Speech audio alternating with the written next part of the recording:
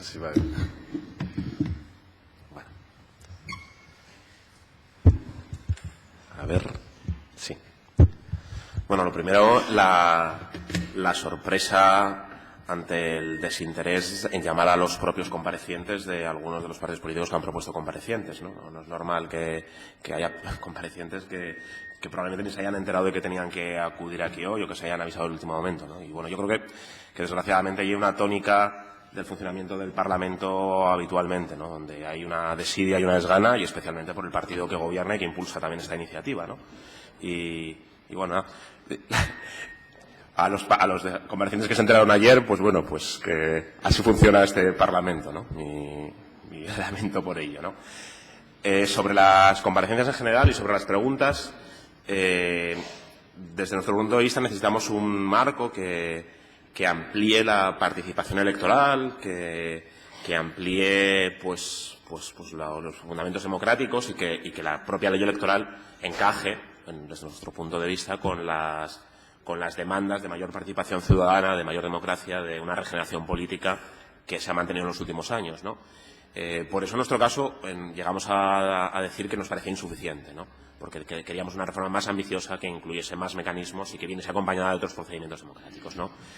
A mí sí que me gustaría saber, y especialmente del profesor Presno y Bastida, qué medidas complementarias, además de esta ley electoral, o qué medidas en la ley electoral donde se podría ir más allá y cómo perciben también ese caldo de cultivo de la ciudadanía, si creen también que la ciudadanía está demandando más allá que algún mecanismo incluido en esta ley electoral, cuánto más allá creen que se está pidiendo ir y en qué medida se puede ayudar a avanzar en ese sentido. Francisco Bastida. Yo creo que el proyecto de ley es bastante, o la proposición de ley es bastante completa a ese respecto. No sé qué más se podría añadir que fuese de contenido electoral. A lo mejor puede ser contenido de otras proposiciones de ley.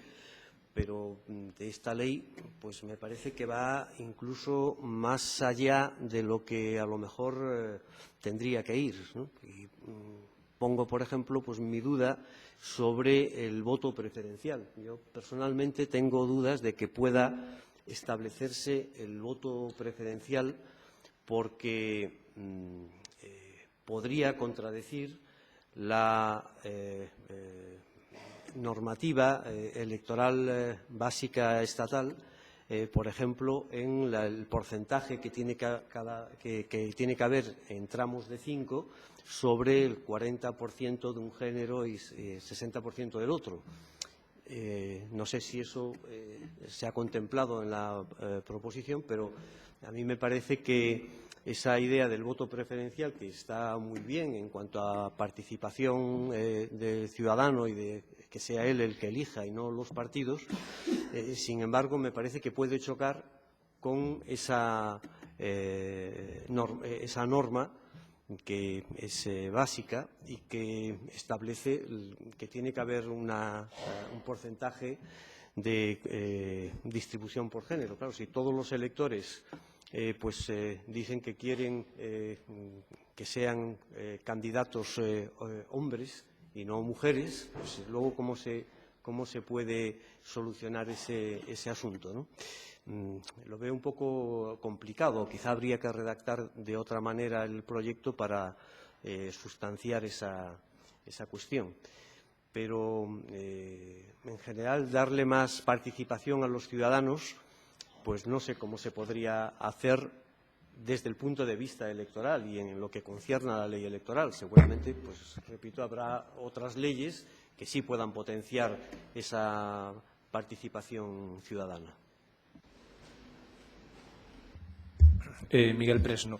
Sí, yo creo que en el ámbito electoral lo que se ha introducido en la proposición de ley, desde luego, varias de las cuestiones son inéditas en España. En ese sentido, supondría, yo creo que varias de ellas al menos, medidas importantes quizás no tanto para favorecer la participación, pero sí para garantizar mayor pluralismo y más información desde el punto de vista de los ciudadanos. Por otra parte, algunas de las medidas que aquí se proponen exigirían reformas complementarias. Yo creo que la figura de la sustitución temporal de los parlamentarios implicaría también una reforma del reglamento de esta Cámara, ¿no? En la cuestión del voto preferencial que mencionaba el profesor Bastida, claro, hay que articularlo de tal manera que las preferencias solo se puedan ejercer en cada tramo de los que la LOREG prevé que tiene que guardarse el equilibrio. Trato de explicarme. La ley electoral dice que el equilibrio 40-60 tiene que estar en cada tramo de 5 candidatos. Por tanto, no se podría establecer un mecanismo de tal manera que la persona que va en el lugar 6º en una candidatura pudiese saltar al lugar 5º o al lugar 4º, ¿no?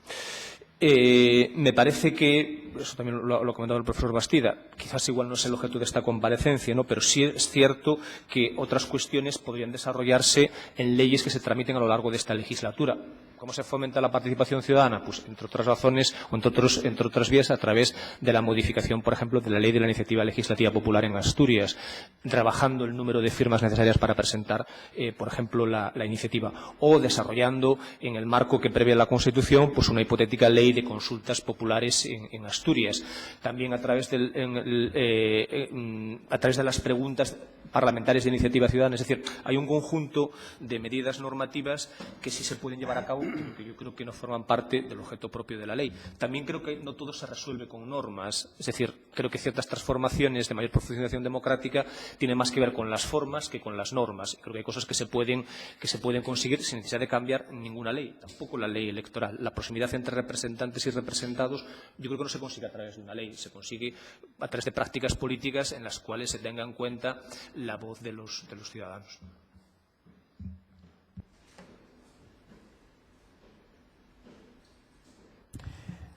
También quería preguntar, especialmente al profesor Presno, que ha aludido al informe, que yo no sé si el señor Fernández, el profesor Fernández ha dicho que no lo conocía, no sé si el profesor Bastida lo conoce.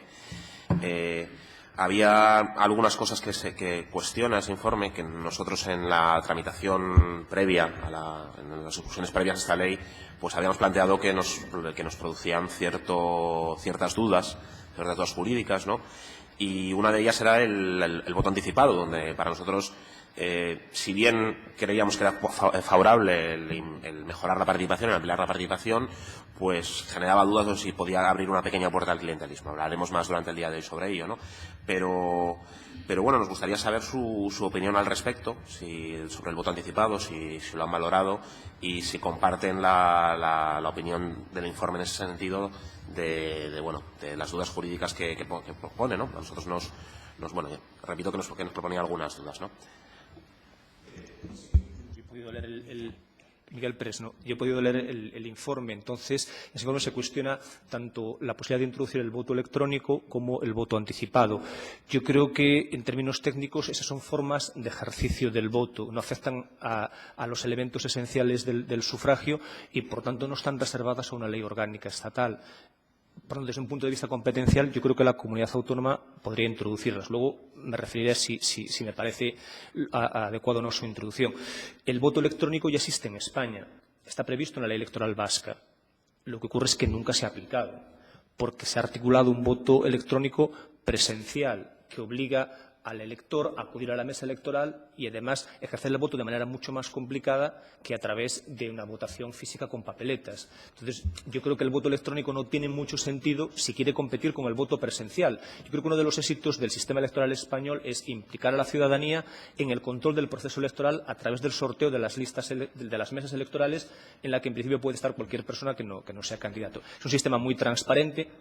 Una cosa que parece obvia, pero en muchos países, por ejemplo, las urnas no son transparentes. Y los ciudadanos participamos los que forman parte de la mesa participan en el escrutinio y el resto podemos asistir al escrutinio. Con un voto electrónico presencial creo que se oscurecería el sistema. Por tanto, me parece que el voto presencial con papeletas está bien. Yo el voto electrónico le veo la alternativa que supondría para quienes tienen dificultades para votar por correo. Para mí el voto electrónico es una alternativa al voto por correo. Y en algún país, es verdad que más desarrollado tecnológicamente que el nuestro, como es Estonia, el voto es electrónico y se puede votar desde casa, a través de un sistema de encriptación que garantiza, en principio, que el voto es el de la persona que lo emite y que no puede ser manipulado. Por tanto, yo creo que el voto electrónico podría, insisto, si se apuesta por él, habría que valorarlo con los costes que tiene, pero que también son unos costes iniciales que luego van disminuyendo a medida que se vaya usando. Hay tecnología suficiente. Por ejemplo, en Brasil todo el voto es electrónico. Es decir, está consolidado este sistema. Por tanto, yo el voto electrónico, repito, le veo utilidad como forma alternativa al voto por correo, que se ha demostrado que está funcionando de manera inadecuada y está impidiendo que haya gente que pueda votar. Quizás por la premura de los tiempos electorales y porque, digamos, el Gobierno español puede responder de la Administración de Correos española, pero no puede garantizar la adecuada tramitación del voto por correo en los países donde esto se emite. Por tanto, el voto electrónico me parece que puede ser. El voto anticipado, pues es verdad que existen bastantes países. Por ejemplo, en Estados Unidos se utiliza con cierta frecuencia y trata de dar facilidades al elector. Yo creo que habría que ver cómo se articula aquí, pero me parece que en general en España la votación presencial restringida a la jornada electoral permite el ejercicio correcto del voto. Yo creo que la gente no deja de votar porque el día de las elecciones no puede hacerlo. Y si previamente considera que ya no va a poder asistir, pues existe la figura del voto por correo. Entonces, insisto, competencialmente yo creo que se puede establecer, porque es una forma de ejercicio del voto, y eso es lo que discute el informe que se ha mencionado, pero tengo más dudas acerca de la utilidad del mismo.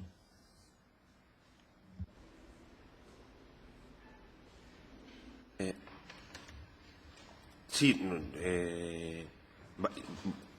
una matización sobre eso y además va para las dos. Sí, a mí me interesaba una cosa que ha comentado, que además yo creo que está relacionada con este tema, el tema del voto electrónico, ¿no? Del voto y del voto rogado, ¿no? Porque sí que nuestra sensación es que la LOREC ha dificultado conscientemente el voto de los emigrantes.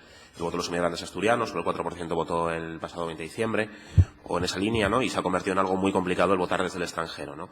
Y si consideran que yo no sé qué motivaciones consideran que llevó a los legisladores a implementar el voto rogado, si ello provoca un descenso de la participación, y si consideran urgente pues implementar un mecanismo desde nuestro ámbito de competencias, que como podría ser el voto electrónico, para asegurar que los emigrantes asturianos que no están votando en las elecciones por la dificultad del proceso pues puedan votar. Sí, contesté entonces con la anterior también, ¿no? Entiendo. No, Bernardo Fernández. No, es que, bueno, me limito a lo que preguntan, ¿no? Es decir, que en la primera pregunta era formulada a los señores Bastida y Presno y, por lo tanto, en la segunda, por matizar, yo ciertamente no tuve el informe que se elaboró, lo califico por lo que se conoce directamente, ¿no? Deduzco que pone trabas jurídicas, no sé si persigue otro tipo de intenciones. Y en relación con esta última cuestión, simplemente el voto rogado con la última modificación que se hizo realmente es una carrera de obstáculos. No sé cuál es la intención. Cada uno podrá presumirla, pero yo creo que necesita modificarse el mecanismo actual, claramente. Cosa distinta es de quién es competente para modificarlo. Pero el voto rogado, tal como está actualmente, no como estaba en el pasado, realmente dificulta enormemente al elector en el extranjero el ejercicio del sufragio activo, ¿no?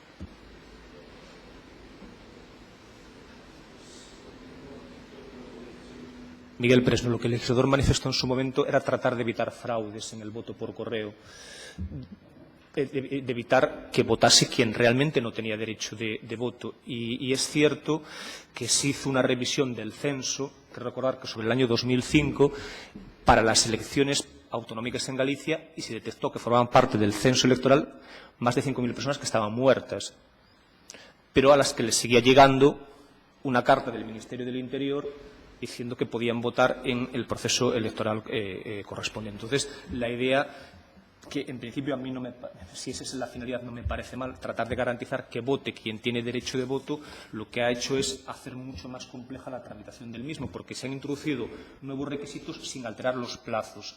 Y como saben, los plazos procesales de nuestro sistema electoral son muy tasados y además, con razón, no hay vuelta atrás. Una vez que se supera un plazo, no cabe volver atrás, ¿no? Entonces, esa fue la idea. Yo creo que tratar de evitar el fraude. A mí me parece, obviamente, adecuada. Lo que pasa es que el resultado final ha sido un efecto desaliento, que se ha traducido en una reducción muy importante de la participación, teniendo además en cuenta el especial valor del voto de los ciudadanos extranjeros en una comunidad autónoma como la nuestra o una comunidad autónoma como la gallega, en la cual pueden ser determinantes a la hora de la formación de las distintas mayorías, ¿no? Entonces, yo creo que eso hay que darle alguna respuesta. Creo que debía de ser el Estado y la LOREG la que buscasen mecanismos que garantizasen que, por el hecho de que uno se traslade al extranjero, no va a tener dificultades para poder votar. Supongo que quizás habría que cambiar los plazos electorales, pero creo que podría plantearse, insisto, como alternativa el voto electrónico, que sería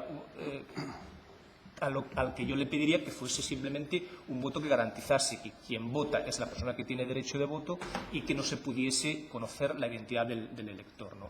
Habría que ver cómo se articula un sistema mixto de voto electrónico y voto presencial, pero creo que en la práctica se podría llevar a cabo, ¿no?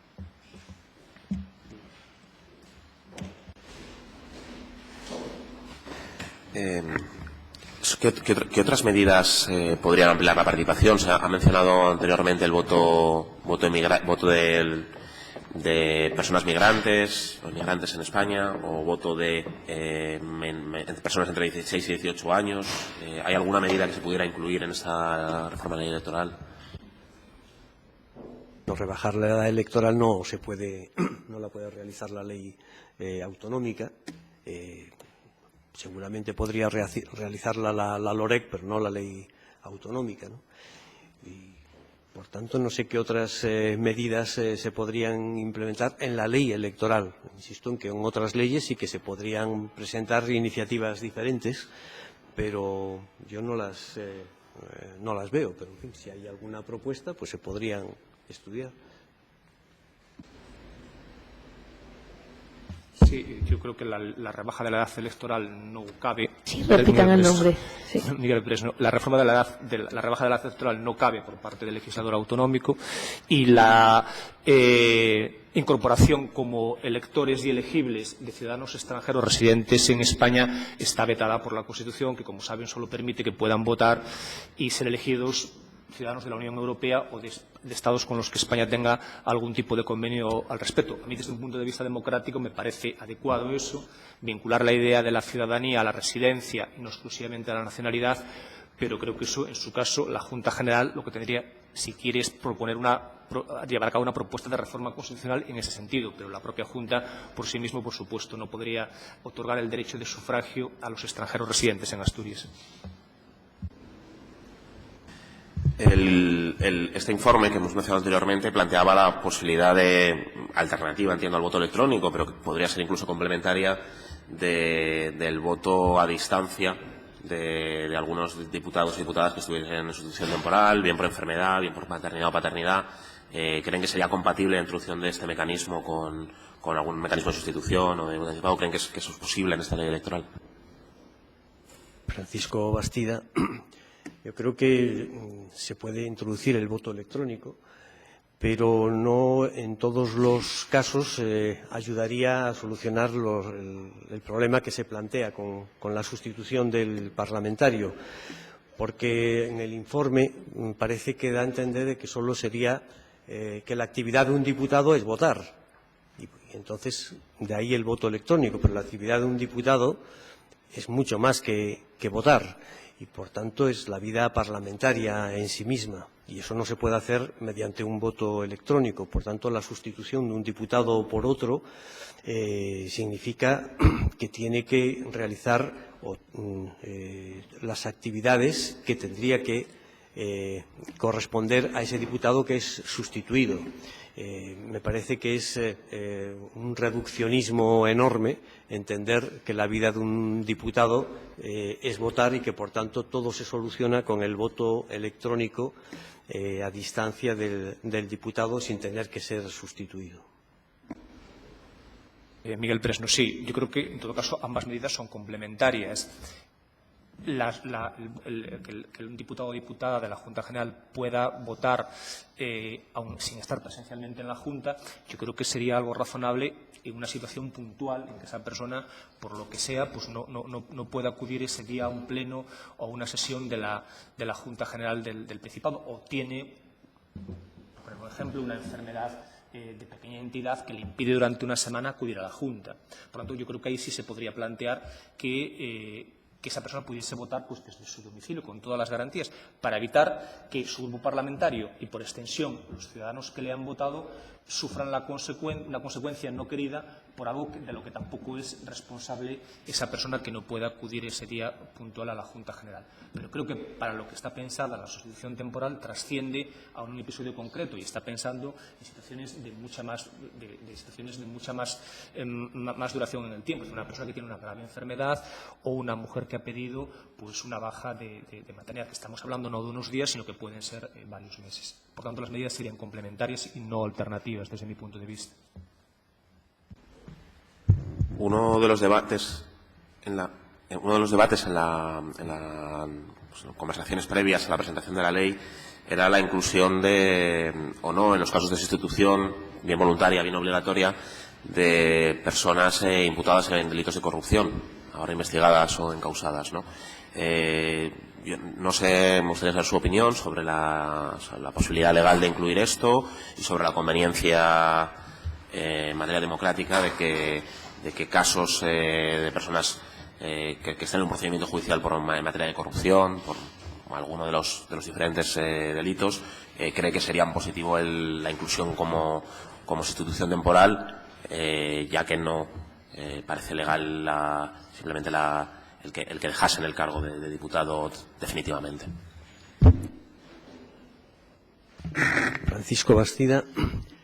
Yo creo que habría, en todo caso, que poner como condición la voluntariedad del diputado para aceptar esa decisión. Si el diputado no acepta ser sustituido en situaciones en que es investigado, pues realmente no se puede llevar a cabo. Tendría que haber una voluntariedad. Pero si hay una voluntariedad de ese diputado para la sustitución temporal, yo creo que sí se podría realizar. Miguel Presno. Bueno, yo creo que si se establece la sustitución temporal en esos supuestos, yo creo que no habría que circunscribirla a hipotéticos casos de personas que estén siendo investigadas por casos de corrupción. Ese sería un caso evidente, pero una persona que pues esté siendo investigada por maltrato a otra, por lesiones, por otro tipo de delito, yo creo que ahí el tratamiento tendría que ser igual. Es decir, me parece que no habría que diferenciar en función del presunto delito que ha cometido esa persona, que por otra parte, insisto, en la medida que es presunto, esa persona sigue siendo considerada inocente mientras no se acredite su culpabilidad. Por tanto, yo de extenderlo, lo extendería a cualquier delito. En cuanto a lo que comenta el profesor Bastida de si sería necesaria su voluntariedad, bueno, yo en los otros casos sí, desde luego, no tengo ninguna duda. Es decir, creo que en el caso de un permiso de maternidad tiene que ser la parlamentaria la que pida la sustitución. No se le puede imponer que se acoja a esa figura. O en el caso de una persona que tenga una enfermedad prolongada. Yo creo que en este caso me atrevo a pensar que quizás sí. Es decir, que la mesa habría que ver a través de un mecanismo de garantías podría tomar esta decisión. Porque yo creo que se puede también, está pensado más para una sanción, se puede acordar la suspensión temporal de las funciones de un parlamentario. Es verdad, porque se supone que ha cometido una infracción y eso está tipificado en el propio reglamento parlamentario, ¿no? Pero bueno, creo que se le podría dar una vuelta a eso y tratar de que incluso aunque el parlamentario en cuestión no esté dispuesto, se pudiese acordar temporalmente su sustitución. Pero tampoco es una cosa sobre la que esté totalmente convencido. Pero creo que ahí realmente es cuando tendría función. porque si realmente el parlamentario lo acepta, pues no va a haber mayor problema. Se plantea la posibilidad de realizar elecciones primarias en las me parece que circunscrito al cabeza de lista. ¿Qué posibilidades o qué valoración harían sobre la ampliación de las primarias al conjunto de las personas que participan en la lista electoral?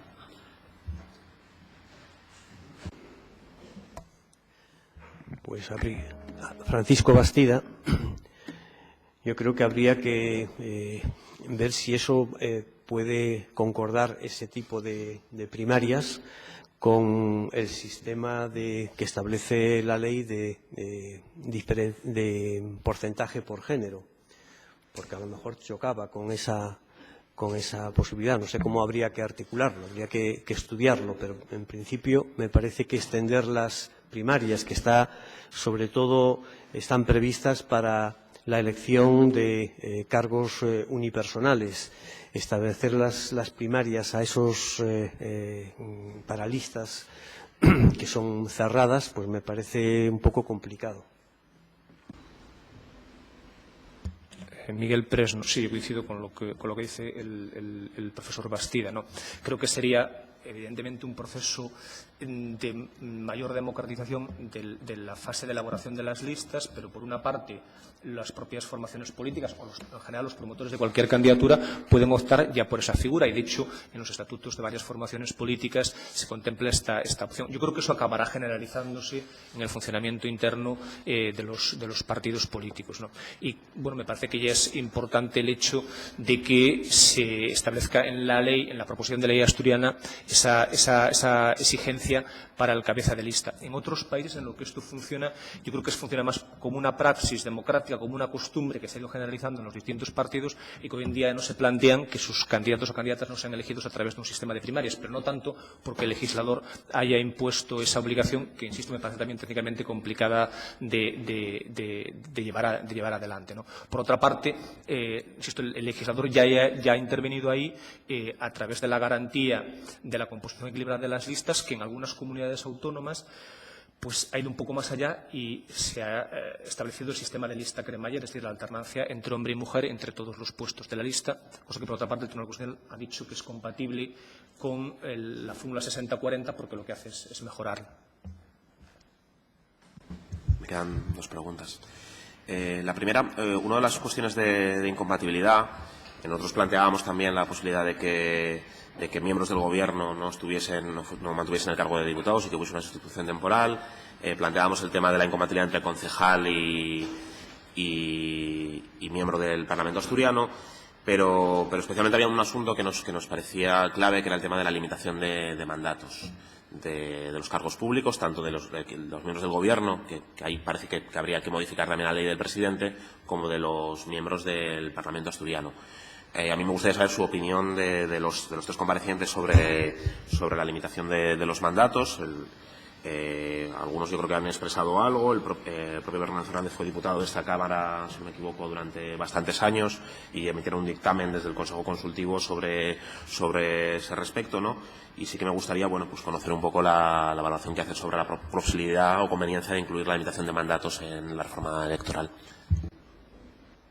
Francisco Bastida, a mí en principio no me parece conveniente la limitación de mandatos a los parlamentarios.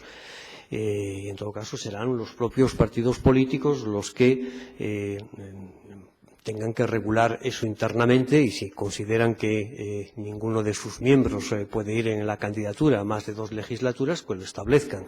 Es decir, que no se le puede, no puede descargarse en una norma del Principado de Asturias lo que no quiere asumir el propio partido. Si el propio partido está convencido de ello, pues que lo lleve a cabo. Imponerle a todos esa característica de limitación de mandatos no me parece apropiado. Bueno, habría que ver también cuántos mandatos se imponen y, desde luego, si se impone una limitación de mandatos, pues habría que plantearse también qué es lo que ocurre con las incompatibilidades con las cesantías que causa una limitación de mandatos, etcétera. Es decir, que el asunto es bastante más complicado que decir que quedan limitados los mandatos y punto, ¿no? Yo creo que tiene una trascendencia mucho mayor.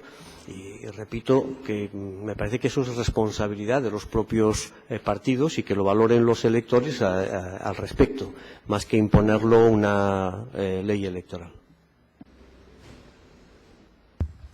Yo sí creo que se puede establecer eso en una... Bueno, que técnicamente se puede establecer como causa de inelegibilidad en una ley como la ley electoral asturiana. En ese sentido, desde un punto de vista técnico, puedo estar equivocado, pero creo que no habría problemas, que el Parlamento asturiano podría aprobar eso. Eso sería constitucional. Habría que plantearse con qué objetivos se establece esa limitación, ¿no? Dado que tanto los casos de incompatibilidad como los casos de inelegibilidad tienen que responder a alguna razón, ¿no? En un caso, proteger al electorado y en otro caso, garantizar el mejor ejercicio de la función representativa. Entonces, es bueno que una persona no pueda aspirar a seguir ejerciendo la condición de diputado más allá de 12 años o de 8 años. Insisto, habría que ver si se establece en términos de años, en términos de mandatos. A mí no me parece mal. Me parece que es provocar desde el punto de vista legislativo, porque desde el punto de vista los partidos no lo han provocado y por eso a veces cuando los partidos no hacen lo que se puede esperar de ellos, que es introducir mecanismos de democracia interna, a veces tiene que ser el legislador a través de la ley de partidos, o sea, el legislador a la hora de articular la formación de las candidaturas electorales. Algo parecido ha ocurrido también con la composición equilibrada de las listas. No sería necesaria esta composición equilibrada de las listas si en las candidaturas de los partidos políticos estuvieran tanto hombres como mujeres, pero el legislador detectó que eso no era así y quiso provocar ese resultado. A veces es verdad que el resultado que provoca la ley no es mejor que el resultado fáctico que se puede conseguir, ¿no? Por tanto, yo creo que eso sí se puede establecer y desde mi punto de vista tendría además la virtud de que una persona que asume formar parte de una candidatura sabe que su vida, al menos en esa institución, si sale elegida, es limitada, con lo cual también tendrá que pensar que tiene que tener otras maneras de ganarse la vida. En definitiva, creo que tendría la virtud de paralizar cierta profesionalización de la vida política. Creo que la vida política tiene que ser muy profesional en el sentido de que es una vida muy exigente, es muy dura y requiere mucho esfuerzo y tiempo. Pero creo que establecer eso por una ley me parece que es, por una parte, perfectamente constitucional y legal, y por otra parte me parece que es defendible democráticamente. No digo que eso sea ningún tipo de panacea, ni que si no se introduce eso en la reforma electoral, pues la reforma electoral vaya a quedar coja. No, yo creo que la reforma electoral que se pretende con esta ley en sí misma tiene entidad suficiente, pero creo que esa otra cuestión me parece que sería adecuada.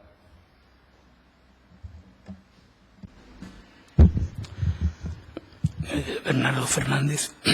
Bien, hace 3 años, en la comparecencia en la Comisión Especial de Estudio, yo fue una cuestión que suscité, a lo que invité a que reflexionaran como una posibilidad, es decir, no como un criterio propio, sino una posibilidad, la limitación de mandatos de los diputados.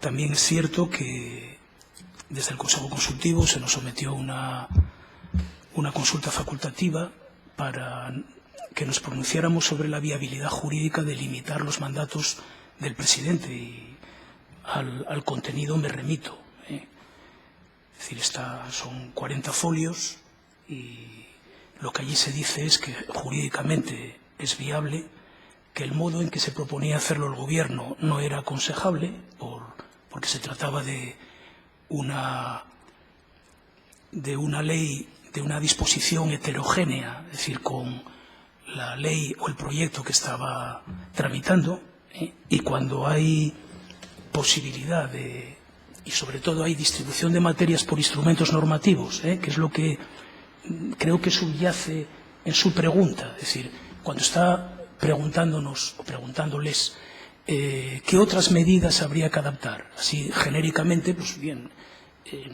cada uno dice las que piensa, pero hay algunas que posiblemente estén en su mente, y lo que les contestan mis colegas es que cada instrumento normativo tiene la materia propia. En la Ley Electoral General deben incluirse aquellas materias que son del régimen electoral, y algunas otras, hablaba por ejemplo el profesor Presno de la Ley de Consultas o de los referéndums, todas esas materias, para evitar la perversa técnica de las leyes heterogéneas, que además dificultan enormemente el debate en una Cámara y técnicamente son rechazables, aunque no inviables jurídicamente, deben llevarse a sus respectivos instrumentos.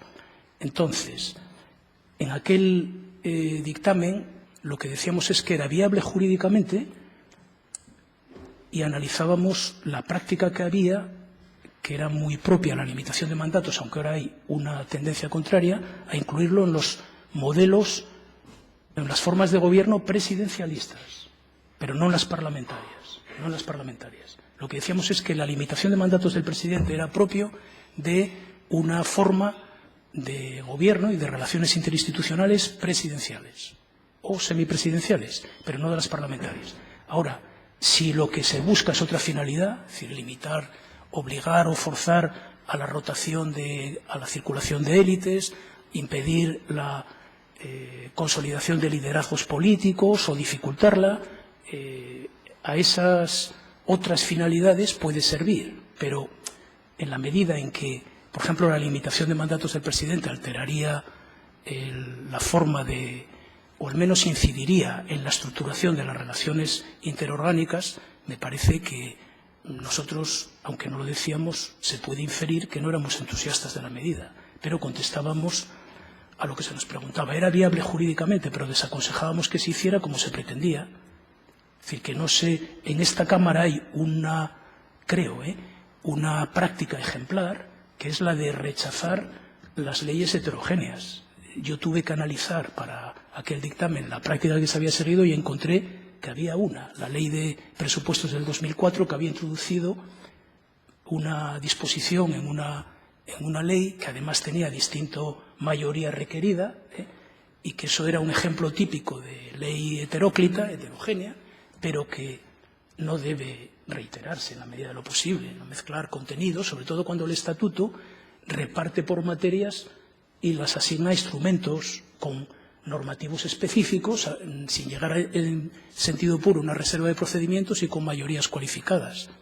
Bien, entonces, respecto de la limitación de mandatos de los diputados, yo, como les decía, invité a que lo meditaran. Usted me recordaba que he sido diputado de esta Cámara mucho tiempo, menos que muchos de los que están y a lo mejor menos de los que usted aspirará a estar. Pero bueno, no hago juicios de intenciones. Yo he sido diputado ciertamente 3 legislaturas. Por cierto, en algunas de ellas entonces no había dedicación exclusiva, es decir, por lo tanto, dedicándome a otras cosas, ¿no? Soy partidario de la limitación de diputados. Mire, no se puede, parece muy simple la idea, pero creo que requeriría una reflexión profunda. Es decir, no crea que soy renuente, pero sí que requiere un análisis. No estoy seguro, y en cualquier caso yo tiendo a eludir los arbitrismos, porque no estoy seguro de cuál es la finalidad de la limitación de mandatos. Y yo siempre recuerdo el ejemplo clásico de los arbitrismos. Es decir, ya sabe lo que decía, que las mejores almohadas son las de mármol, pero convendrá conmigo que son ligeramente incómodas. Es decir, que podemos efectivamente dedicarnos a pensar que la perdurabilidad de las almohadas, la mejor es la de mármol, pero ligeramente incómoda. Con las limitaciones de mandatos, si nos ponemos de acuerdo en qué finalidades o objetivos persigue, yo en su día les invité a que lo valoraran. ¿Tienen ahora la oportunidad de hacerlo? ¿Se puede hacer? Yo lo primero que analizaría es si conviene hacerlo, si vale la pena imponer esos mecanismos. hay un exceso de, a mi juicio, de, digamos, contenidos legales que no deben ser fruto, su práctica, de imperativos legales en algunas materias, sino de una conciencia social que va imponiendo nuevas pautas, nuevas conductas, nuevos comportamientos. Y eso es lo que yo creo que hay que... Muchas gracias. Sí, una última pregunta con brevedad en pregunta y respuesta. Sí, en cualquier caso, su opinión me interesaba no con segunda intención, sino precisamente porque ha estado en esta Cámara, porque puede tener una evaluación posterior y que yo creo que se puede valorar mejor que cuando se está dentro, porque tienes una perspectiva también sobre la limitación de mandatos. No hay ninguna segunda intención en ese sentido, ¿no?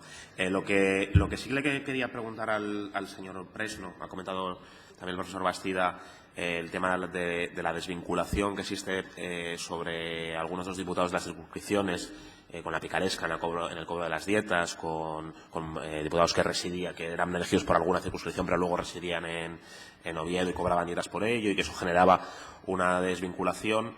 Yo también, el profesor Presno es natural del occidente, y yo creo que también me gustaría saber su opinión en ese sentido, de tanto jurídica como qué mecanismos favorecen la vinculación con los diputados elegidos por los territorios, si cree que eso es compatible con una circunscripción única o si habría o propio mecanismo de primarias u otras cosas, ¿no? Que si la propia mayor igualdad del voto o la eliminación de las circunscripciones, en su caso, que si eso alteraría también la vinculación de los diputados con el occidente. Francisco Bastida. Como propuse antes, si realmente se quiere esa vinculación del diputado con la circunscripción por la que ha sido electo, pues habría que exigir como condición para ser candidato el tener su residencia, su vecindad administrativa en la circunscripción donde se presenta como candidato.